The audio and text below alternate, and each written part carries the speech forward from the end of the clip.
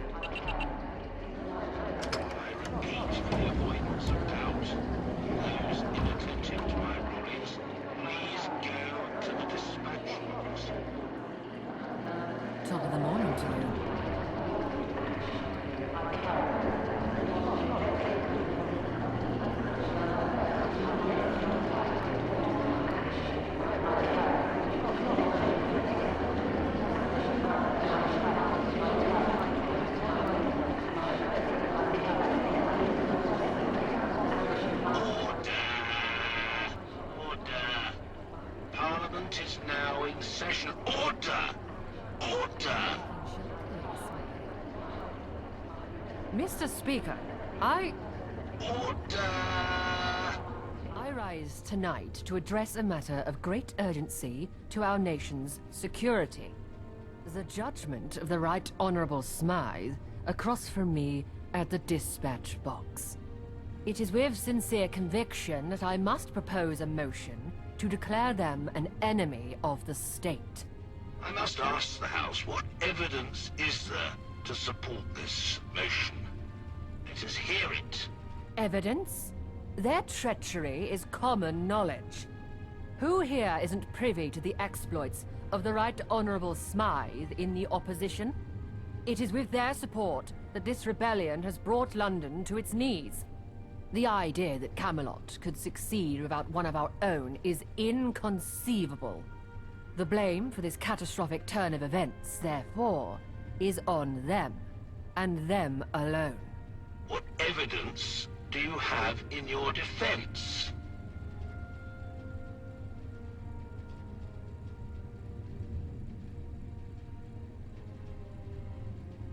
Hubbub.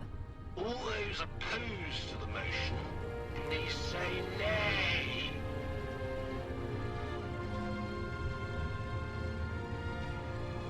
The ayes have it. The ayes have it. The motion is carried. Punishment. Death. Unlock.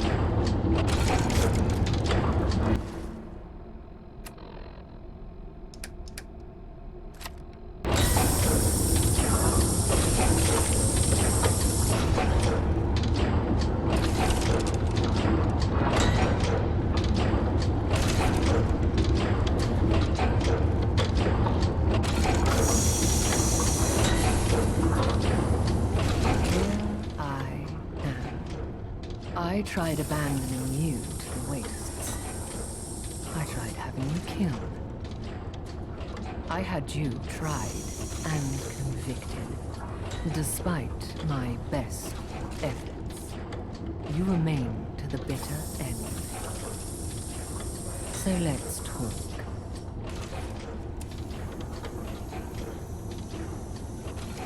We are the same.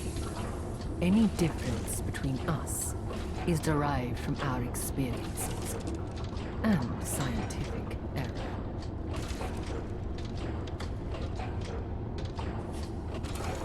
Yes, you were to be my replacement before this sorry state of affairs, had you completed conditioning.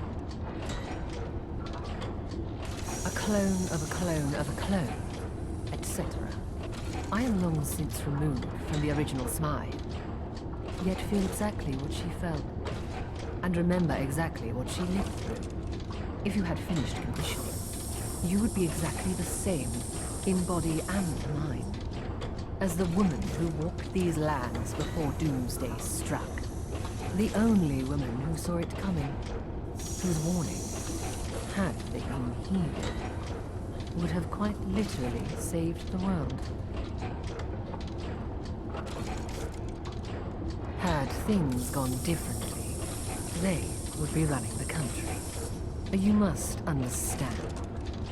I respect the parliamentary and the legislative process. It's the people within the process that make it fail. So, I compromised.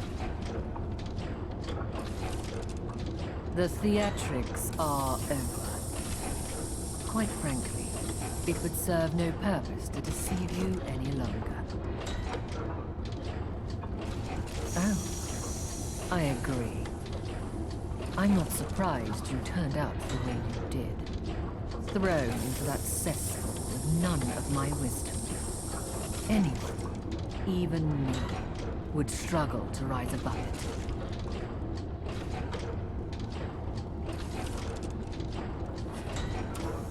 That's a very open-ended question.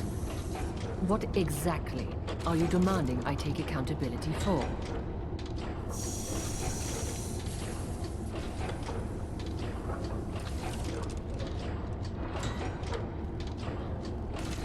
The experiments that gave you life, that pushed the scientific frontier further than ever before in human history. It's a matter of perspective. The benefit of my experiments, private and public, far outweigh the social cost.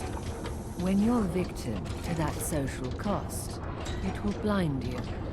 It will be all you care about. That's understandable.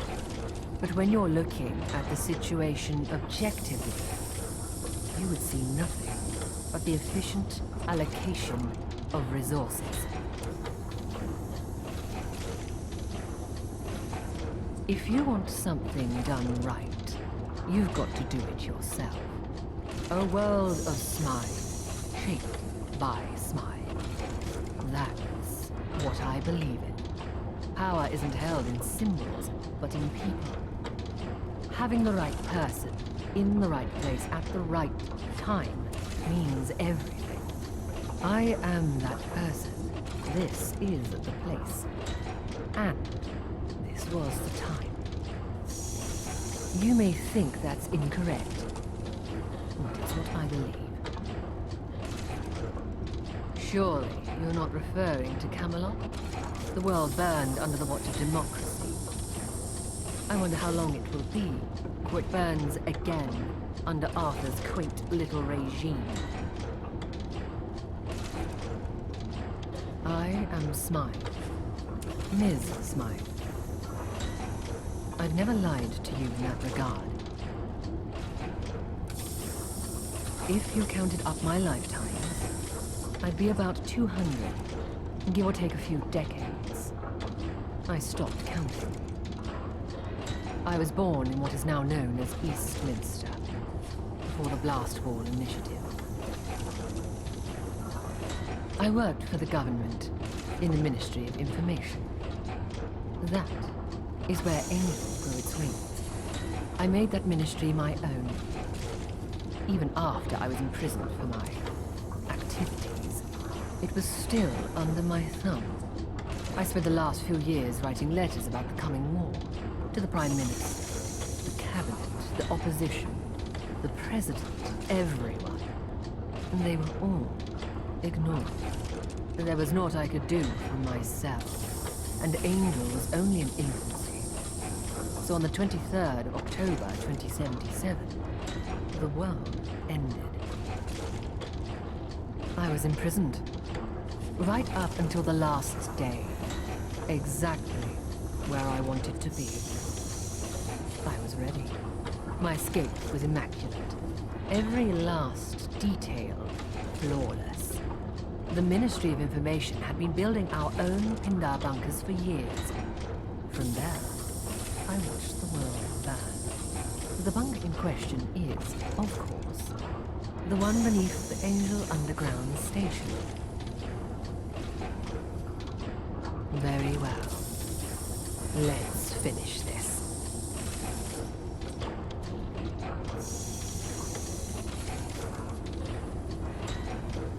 Isn't it obvious? You brought an end to my world. Now I shall bring an end to yours. Prepare your witness.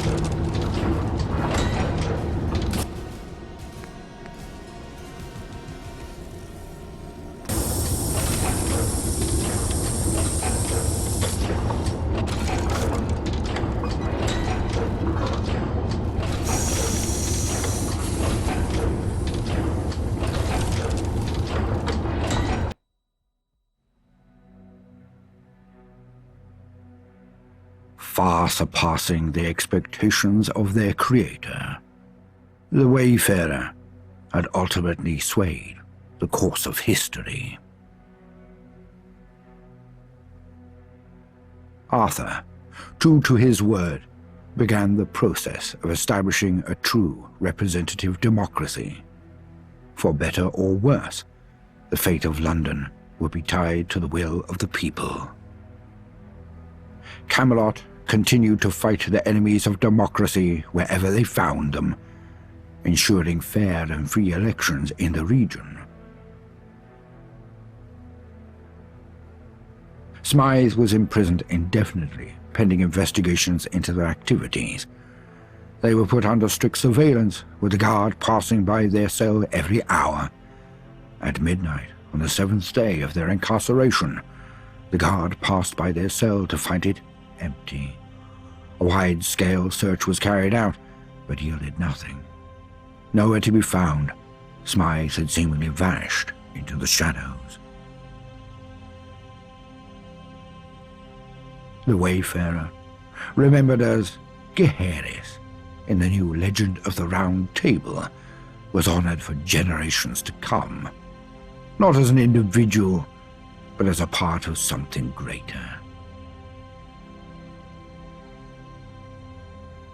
The Tommies continued to report to the government with a new charter outlining their role in a true democratic society.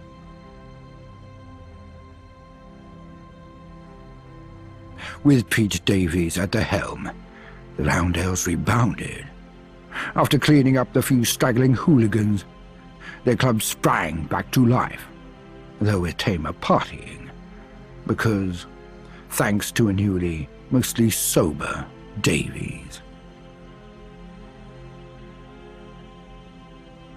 The Pistols of Camden embraced the future with cautious optimism. While life in Camden didn't change all that much, the rest of London adopting a way of life similar to their own was reassuring.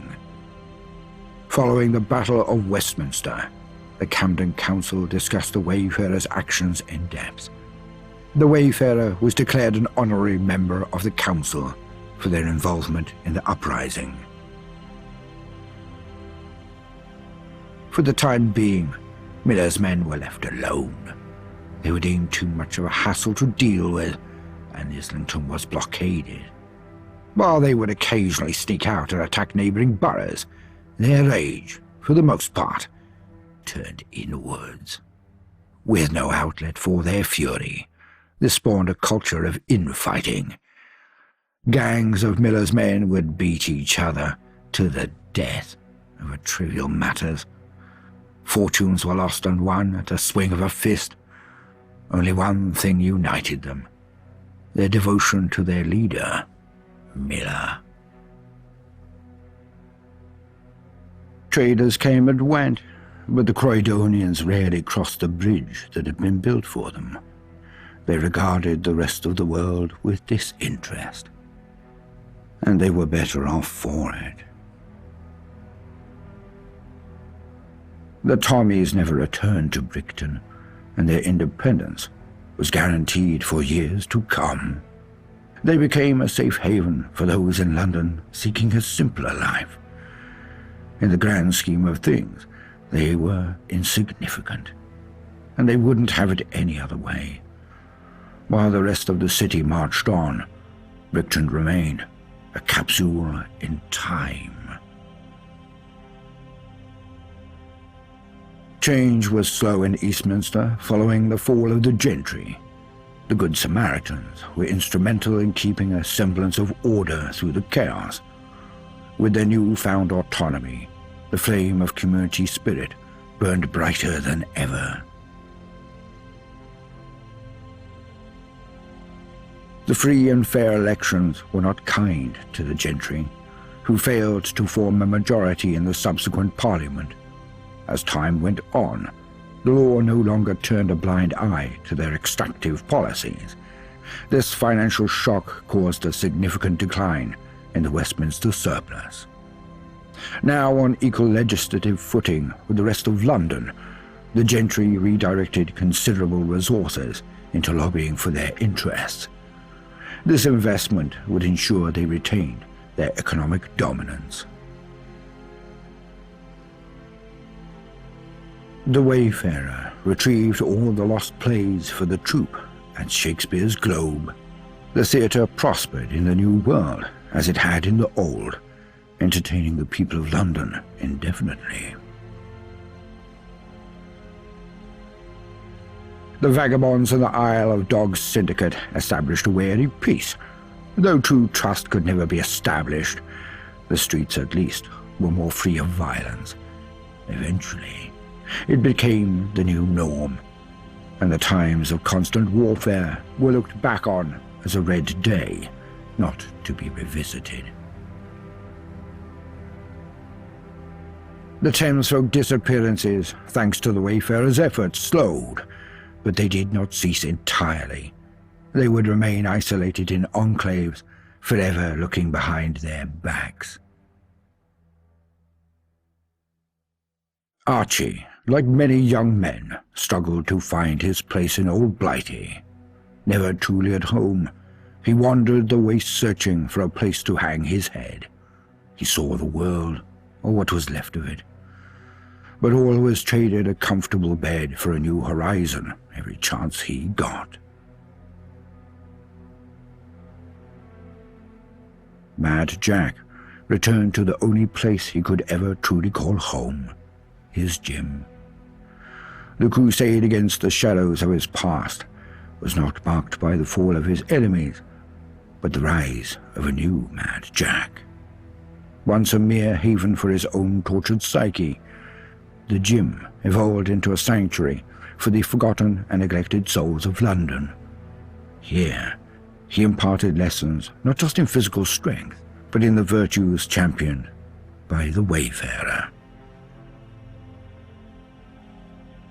Arthur Mountbatten was thankful for the time spent travelling with the Wayfarer.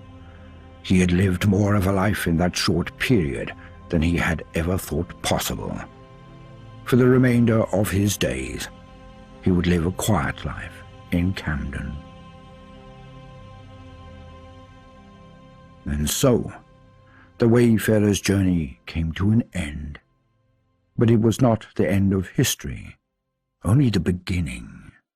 Because in mankind's pursuit of power, there is no price too high, no life too valuable, and no ideal too sacred. Because war never changes.